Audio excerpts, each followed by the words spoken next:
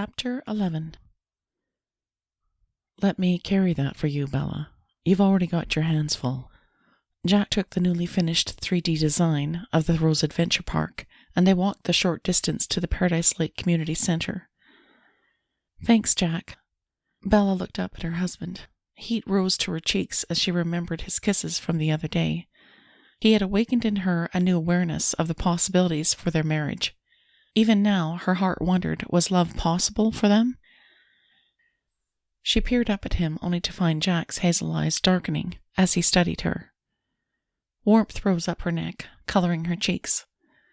The stubble on his face had grown to the point where today his beard covered much of the scar. Bella was sure he did that on purpose, knowing he would be speaking today. Still, with his beard, he looked even more like a pirate, and she liked it. Bella adjusted the laptop case that hung from her shoulder, uncomfortable with where her thoughts were going. As they entered the community center, she saw many of the townsfolk setting up their tables. Loud voices all around them made it difficult for them to communicate as they searched for their booth. The town had let non-profits and businesses know that whoever wanted to participate could have a table at today's event.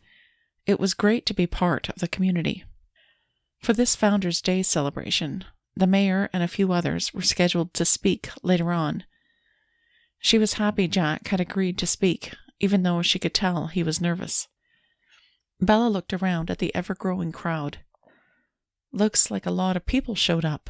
She wiped the tables that they'd been given and began to set up her computer. She located the website she'd designed for the Rose Adventure Park and searched for the video she'd made. Jack set the 3D model of the adventure park on the table. It was quite large and took up half the table's space. I wanted to tell you, Bella, you did an amazing job with the website and with the 3D model of the adventure park. You even added little details like the moat around the Princess Castle and the blue waterfalls for the water ride.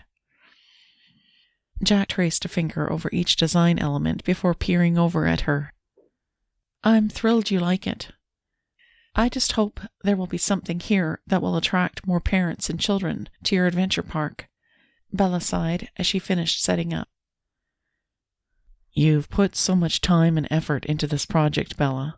Since we're working together as a team, I see this more as our project. I appreciate that, Jack. A whisper of warmth trailed from her stomach to her throat, and she swallowed back a surge of emotion at his words. She loved it that he thought of them as a team. Bella continued to keep busy, too afraid she'd turn into a big puddle of tears where she stood. There had been many times in her life when she'd felt alone and discouraged by overwhelm, so to hear Jack say they were in this together meant a lot. She set up the other table with information for the Stevenson Be Safe nonprofit, which focused on helping victims of human trafficking.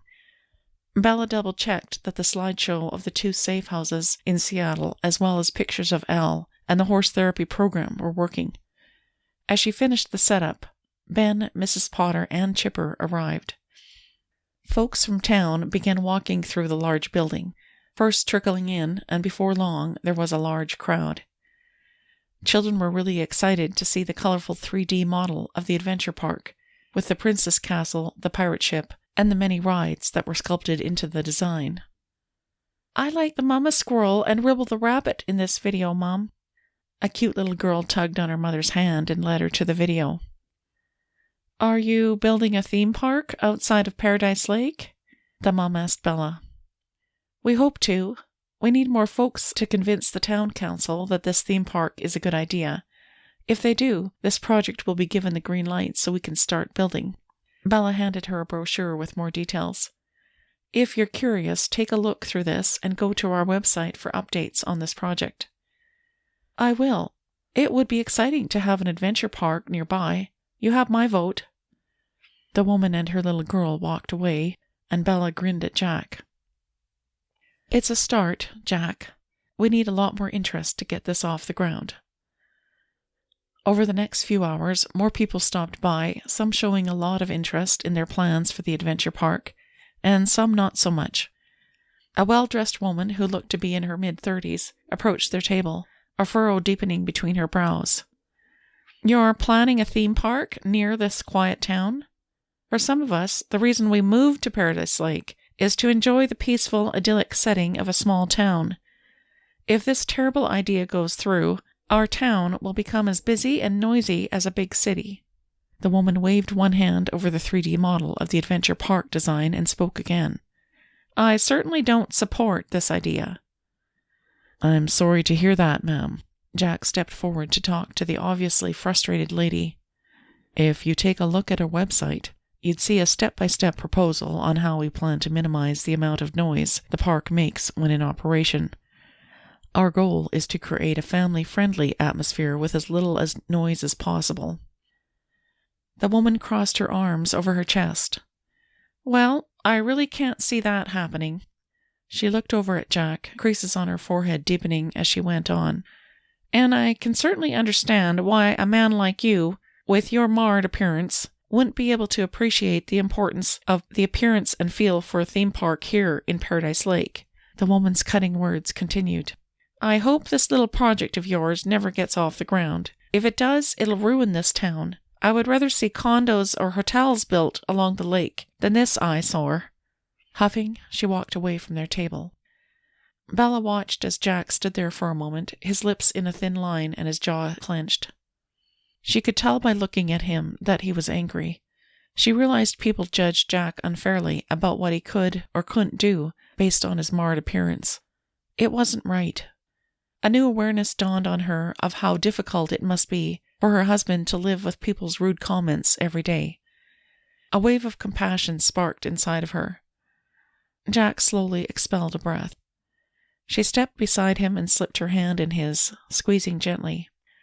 Jack's gaze focused on Bella, seeing in her eyes acceptance for who he was.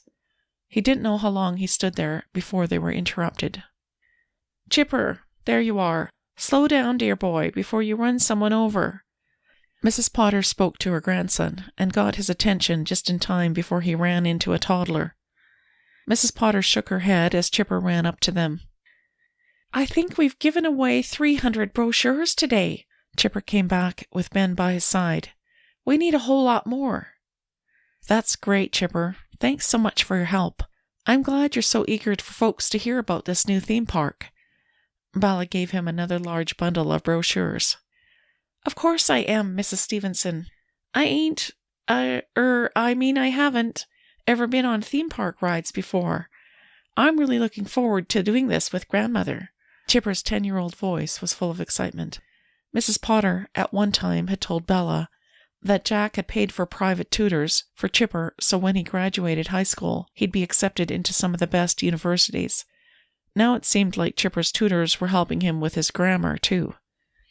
Jack continued to surprise her with the thoughtful things he did for those he cared about. Mrs. Potter reached an arm around her grandson and whispered, I'm looking forward to going on those rides with you too, lovey. Now, see if you can give those all away. She kissed the top of Chipper's head and let him go. Without warning, the announcer's voice came over the speakers, interrupting them. In a few minutes, Mayor Rainey, Senator Ivan Wolfe, Senator John Carver, and Jack Stevenson will share their thoughts on what makes Paradise Lake a great place to live. Just follow the crowd outside. Afterwards, there will be a potluck available for folks who want to stick around. After the announcer stopped speaking, Bella spoke. Looks like it's time to bring the food out. Bella began to pack up their things. And it's time for you to get ready to speak, Jack. I know, I'm going. Jack saw that Bella was busy trying to get their things organized. Why don't you go on, Bella? Ben and Chipper will stay here for a little longer, just in case there are some latecomers. I'm sure he'll see to it that Chipper is taken care of. Jack put his hand on top of hers.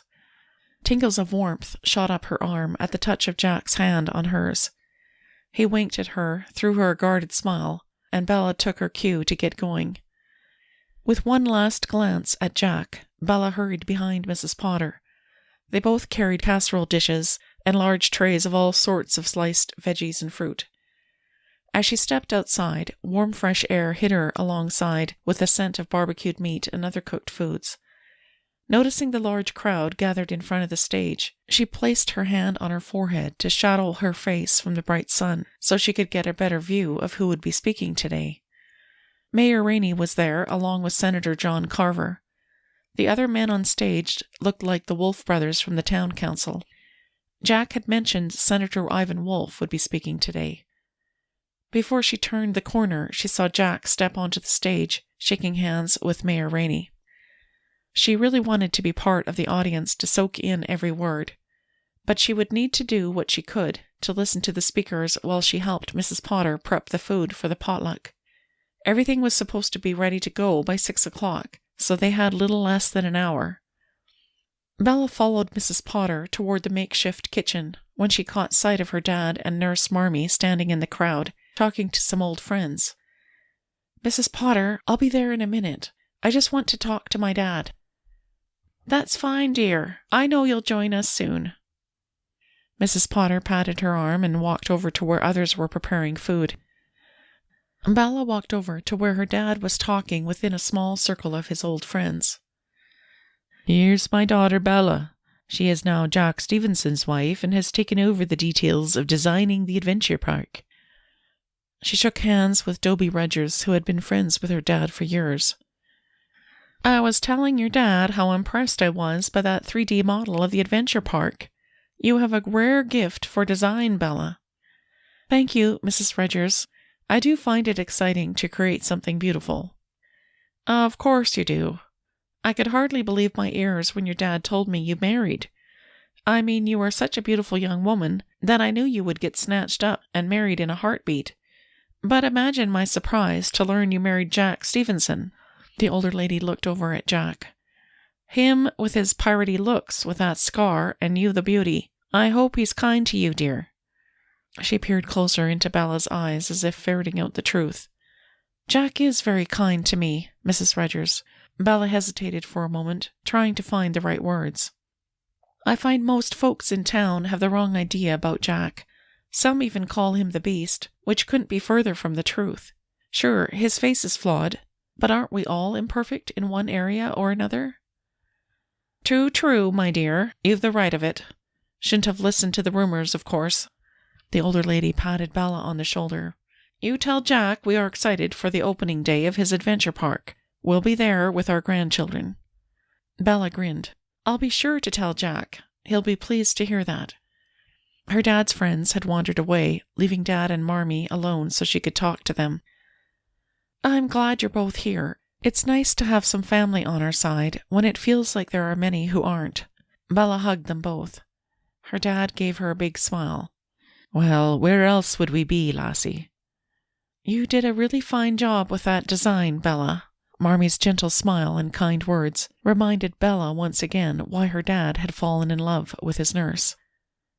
"Well, I just wanted to tell you both I appreciate the fact that you are here today."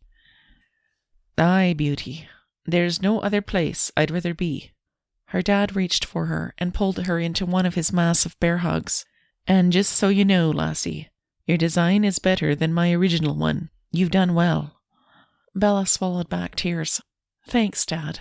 I needed to hear that today." Bella turned to see the mayor walk up to the microphone and saw the people begin to sit down. "I need to find Mrs. Potter. I'll see you both a little later." Hurrying to the kitchen, she found Mrs. Potter bustling about, trying to find the right toppings to add to each casserole. "Bella, dear, if you would cut up those fruit and veggies, that would be great.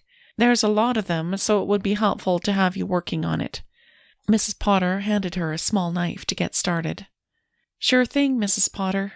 Bella smiled and turned to where the large trays were laid out. Soon she was busy chopping vegetables into thin slices so folks could enjoy some healthy finger food snacks. As she worked, Bella overheard snippets of what the speakers were saying. Mayor Rainey's high-pitched voice weaved in and out of the microphone.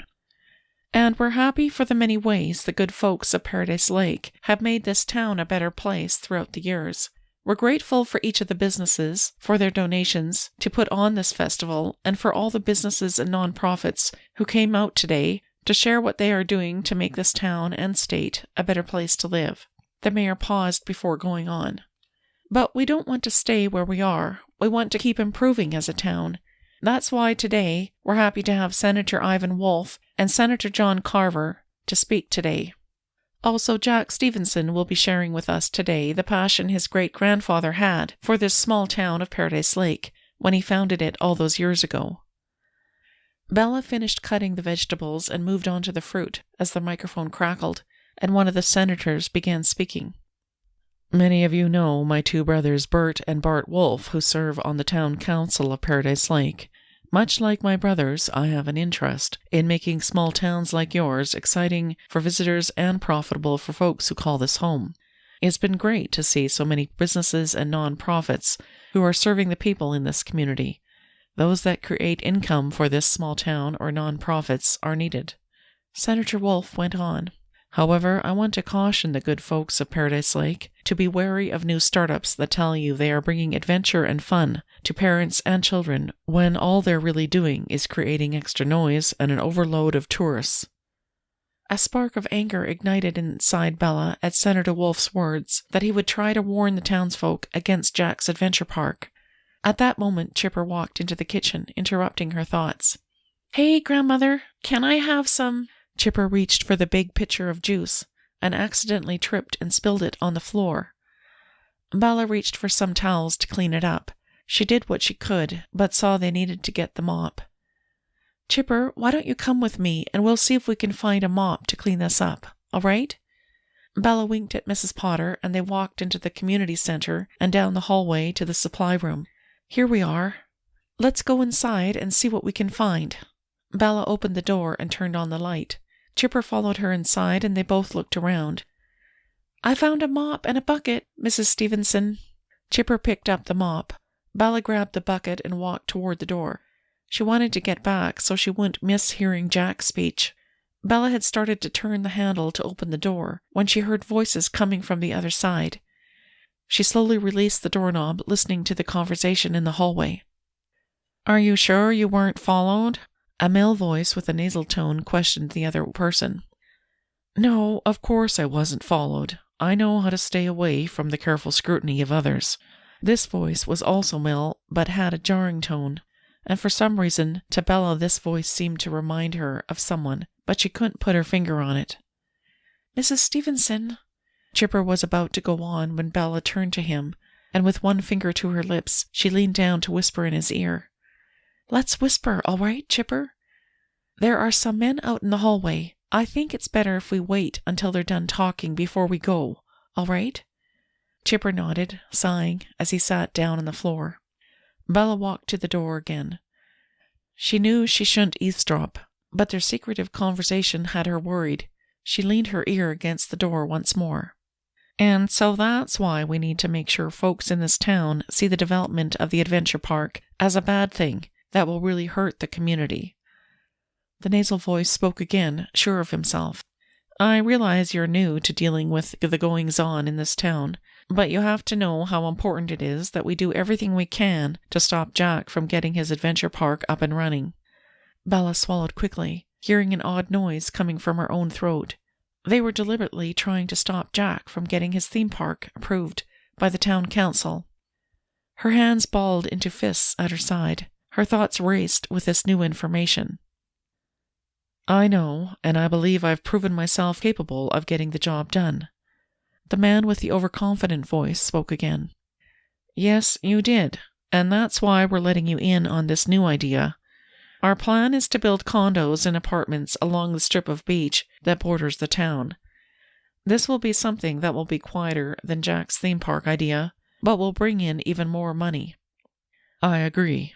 I think Jack Stevenson needs to be taken down a peg or two. He owns too much property and has too much influence around here. But I want to know what's in it for me." "We'll give you a cut of the profits from selling the condos, making you rich." The nasal voice coughed and a hand slapped the other man on the shoulder. "I'm in, so what do you need me to do?" Right at that moment, Chipper dropped his mop on the hard floor. Bella froze and walked over to Chipper. "Only a few more minutes, okay?" She gave him a quick hug and motioned for him to try to be silent. By the time she walked over to the door, she only heard the tail end of the men's conversation. And that's all you need to do. Will you do it?" As the man questioned his cohort, Bella realized she missed hearing what their plans were. "Yes, I will. But for all our sakes, I really hope nobody starts digging deeper, or they'll find out about the money trail." "Yes, the less said, the better. If the senator ever found out we were blabbing about his plans, we'd be in deep trouble." "All right." The voices and footsteps walked away, and soon were only heard in the distance. Bella breathed a sigh of relief. "Chipper, it's time to go back to the kitchen and get that juice mopped up."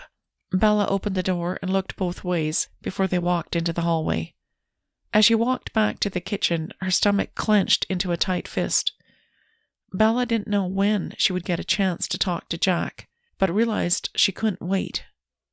As soon as possible, they would need to figure out what to do about this new threat to their plans for the Rose Adventure Park. She caught the tail end of Senator Carver's speech as they returned. "The natural beauty of Paradise Lake is unparalleled. In my mind, so are the good people who call this town their home. As a town, you show generosity and kindness, because year after year you welcome others here to enjoy what you love about your town. I say, why not do more of that by embracing the adventure park as an addition to the beauty of this place?" The senator paused and looked out at the crowd. "I find that I can't agree with Senator Wolf's caution about the extra noise, tourists, and overall disruption to Paradise Lake. I believe you'll find this town unchanged, except you'll have more parents and grandparents who want to meet you and who will want to buy from your stores, which means more jobs and more economic stability. I believe the Rose Adventure Park will only add to the beauty of this place for years to come." Senator Carver looked behind him. "Thank you for the kind invitation to share some thoughts today, Mayor Rainey. I'm happy to have joined you all to celebrate this year's Founders' Day celebration." The crowd clapped as the senator sat down. Next, we'll hear from Jack Stevenson, great-grandson of Paradise Lake's founding father, Walker Stevenson. Mayor Rainey spoke and handed the microphone to Jack. Bella stood motionless as she watched Jack stand on stage, silent for a moment. She looked around and saw his grandparents, Mum, his 4 brothers, and Al all seated near the stage, big smiles on their faces with their eyes glued to him.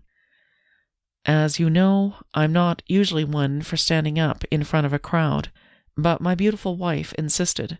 Jack grinned and nodded her way. Bella smiled back and leaned against the doorpost of the kitchen. "At first I froze at the thought of talking to you today, but then as I thought about my great-grandfather, I remembered his words and his passion for this small town." Jack took a breath and continued. "Most of you know that Walker Stevenson originally came from Wales to America by ship in the early 1900s. He came with only $5 in his pocket, but he caught a dream in his heart and made up his mind to pursue it." Jack continued.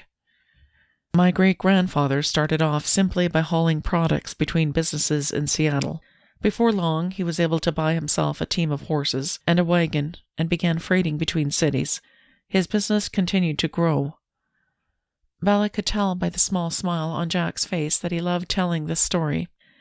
Grand loved the bustle of the city and was grateful for the business he'd generated from it, but when he met and married his wife Hannah, my great-grandmother, they both wanted to live somewhere quiet. They drove their wagon out of Seattle until they drove over a hill. Grand told me seeing how the orange-red hues of the sky hit the water reminded him of what he imagined paradise would look like. Jack paused before continuing. He decided this was where he wanted to live. He bought the land, over 1,000 acres, and encouraged folks who wanted a more peaceful place to live to join him and his wife. Within a year, they had 24 families who had moved to Paradise Lake. Quite an accomplishment back in those days. The crowd laughed. Grand would remind us boys that his dream for this community was that we would find ways to help each other when we were in need, but also to search for ways to bring fun and adventure to the people in this community. Jack looked out at the crowd, and many were listening closely to his story. Grand's passion for this place, and the people here, is the reason my brother Adam restored the horse racing park that adjoins Grand's old homestead, and it's why I have a dream to build the Rose Adventure Park. Jack paused for a moment, then said thoughtfully, "People have asked me why I think it would be a good idea to build a theme park outside of our small town. It's simple. Our children need more happiness in their lives. None of us know how long we have on this earth, and sometimes there are so many difficult times that families and children go through suddenly that throws their life in turmoil. Jack gripped the podium and released an unsteady breath into the microphone. Bella could tell he struggled to steady his emotions. That's what my mom and 4 brothers experienced when my dad passed away suddenly years ago. My dad's business partner cheated him out of all the money in their account, and suddenly we were paupers overnight. Dad died because of heart failure related to the stress of that crisis. Her husband wiped at his cheek. Bella wiped away her own tears, thinking how hard this must be for Jack to share his story in public. I was 14, and suddenly our family was wondering how we were going to pay our bills and how we would find enough money for food. My mom worked full-time, but it wasn't enough, so my older brother Adam and I went to work and did our schoolwork in the evenings. My younger 3 brothers each worked part-time as they got old enough to work. We managed to get by, but for our family it was a sudden and scary overnight change. After that day, we realized the fun and carefree days of childhood were over. We entered adulthood at a young age, and it was really difficult for all of us. Jack paused for a moment before he spoke again. But good can come out of hard times. Because of what my family experienced, came a new passion. The spark of an idea came to me one day that children and families need to have some place they can find happiness and gain new perspective again from the troubles of their everyday lives. That's how the idea for the Rose Adventure Park was born. The name is inspired by my great-grandmother's middle name, Rose. Looking over at the crowd, Jack's smile grew broader. I hope you've been inspired today by the possibilities we have ahead of us to make Paradise Lake a better town that will bring happiness to even more people.